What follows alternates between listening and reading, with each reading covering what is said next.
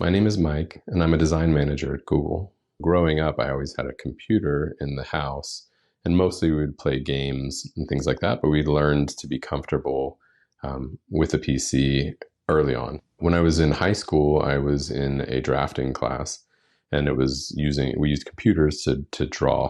I spent a lot of extra time learning from the teacher outside of class hours, playing on the computer. So around that time, I moved from the Northeast. I was just outside of Philadelphia in South Jersey. So I moved to the South in North Carolina.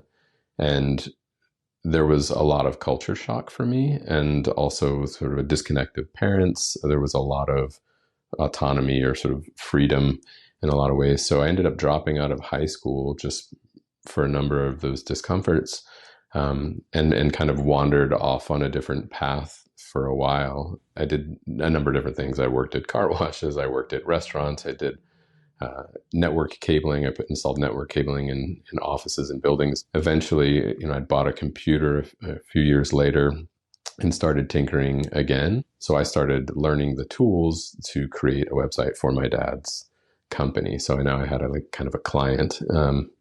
And I just learned. I just kept learning one thing after the other. I'd build it, design it, publish it.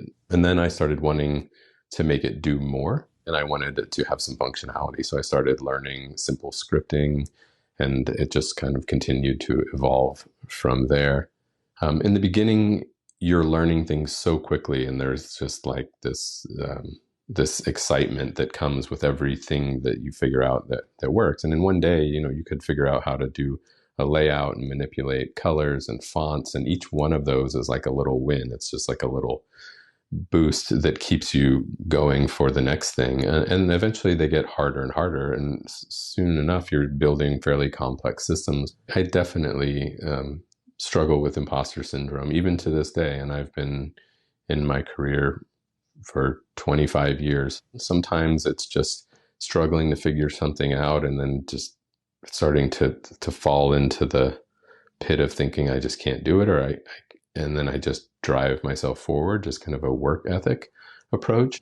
Persistence was a lot of it, and also not being afraid to ask others or to look for other inputs and resources. You can't do and solve everything by yourself.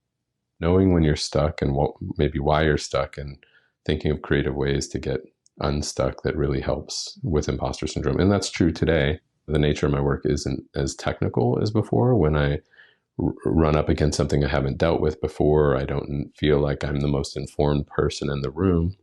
I listen or ask questions. I try to find other resources to become more informed.